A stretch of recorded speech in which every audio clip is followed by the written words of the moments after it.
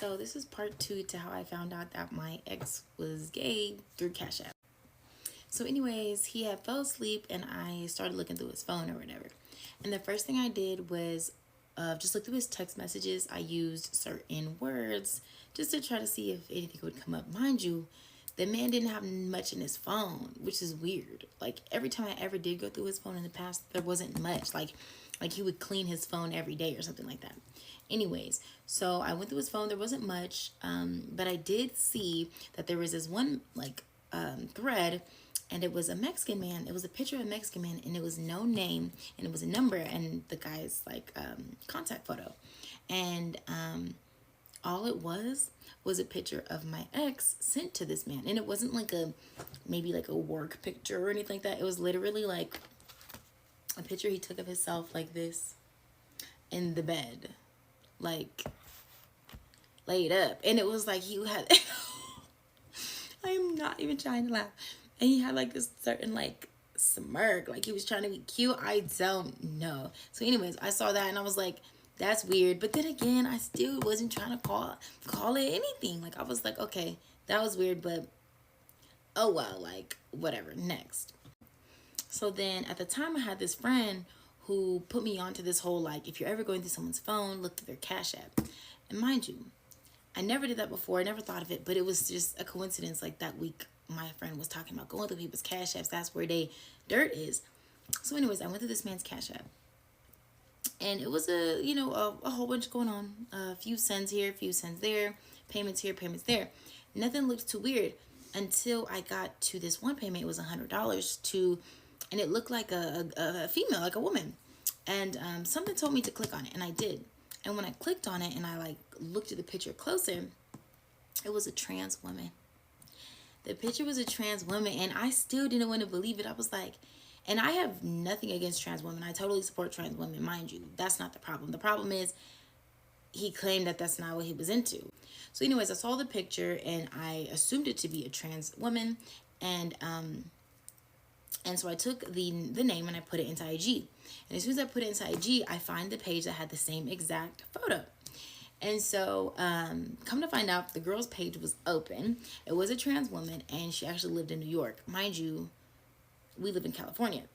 So I was like, oh, okay, so he got him a little boo, out the way, whatever. And so I hit up the woman, and I didn't know if she was going to respond. I was like, this is kind of weird. I just needed to know. I needed to know. So anyways, I messaged her, and I'm thinking she ain't gonna respond. She responded back in 2 minutes before I could even leave the Instagram app. I seen her text me back, and I was just pretty much like, oh, do you know anyone named Joey?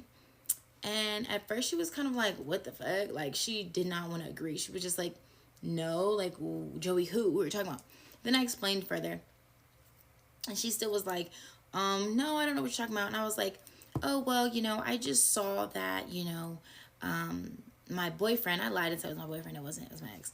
I said, well, I just seen my boyfriend was sending a few, a few Cash Apps out to a bunch of different women. So I was just seeing, if you were this girl. And I guess the fact that I said something about multiple women he was sending Cash Apps to, she was offended. Oh, then she started to get to singing. So once I mentioned that he was sending money to all different girls, I guess that pissed her off. So she was like, actually, yes, I do know Joey. We've been talking for about 3 weeks. So mind you, we've been talking for about 3 weeks. We only hung out one time. I didn't ask how they hung out or who flew where. It was not my business. I was just like, what? And then she said, we didn't do it, but we messed around. And I don't know what messed around me, but that was enough. And then she was just also and he knew exactly who I was, and he knew exactly who I was from the beginning. It was not a surprise. I didn't have to bring it on to him. He knew exactly who I was. So pretty much that's all she gave me, and that's all I needed. So I was just like, oh, thank you. She was really sweet. I forgot exactly what was said. This was a long time ago, but I do remember our last bits of conversation was just okay, girl, you cute, Anyways, so I'm going to give the girl the name TT or whatever. I don't know if I named her already. We're going to name her TT. So anyways, I get on the phone with him, and I pretty much confront him. I'm like, so who is TT? And he was just like, that's nobody. And I did admit to going through his phone. I was like, well, I seen that you sent TT $100. Like, what's that about? And he was like, cussing me out. He was like, what the F? Why are you going through my phone? Why are you going through my stuff? That's nothing. Like, that was for my friend. Like, he's claiming that the money was sent off of his Cash App to a friend or whatever. And he was just pretty much going off. But at this time, I'm thinking, like, you know what? I know what I know. I'm going to stop lying to myself. It is what it is or whatever. And I just said, okay, you got it. And I just ended the phone call. And then after that, I pretty much went no contact and I didn't even deal with him. Like, that's all that I took from it. So mind you, I'm living my life and I'm just like, okay, for me, it's 100% facts. Like, it is what it is. There's too many signs. I got the tea from the girl. I didn't really get any receipts, but I was like, whatever. I took it for what it was. You know, I didn't want to keep lying to myself. Like, that's not enough. That's not enough. That's not enough. So anyways, I just let it go. And it's not my business anymore. Move on with your life. I'm going to move on with mine. So anyways, as time goes on, months later, I'm just chilling at my house and I get a call. And the call is from Joey. And Joey is like, yeah, I'm so sorry. I'm sorry for everything. Did you hear what happened? And I'm like, no, I didn't hear what happened. What happened? And he's like, oh, all right, well, nothing. And I'm just like, what is going on? Sorry for what? What should I be concerned? So anyways, mind you, I don't live in the city we once lived in. I don't keep up with anybody. I don't know the tea.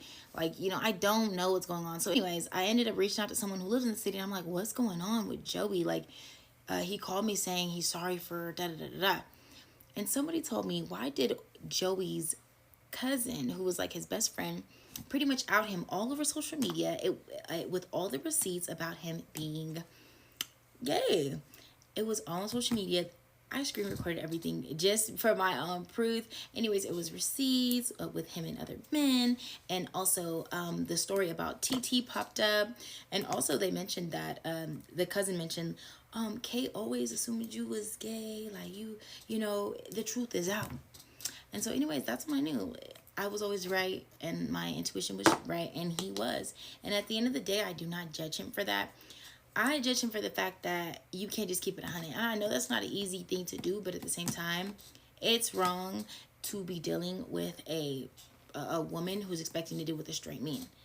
So the moral of the story is, if someone is sus, check that Cash App, check that Zelle. You know, when you're doing these investigations about your man, also make sure and see if he's gay. And also to the TT girl, if you are seeing this, you know it's all love. Like, no shade.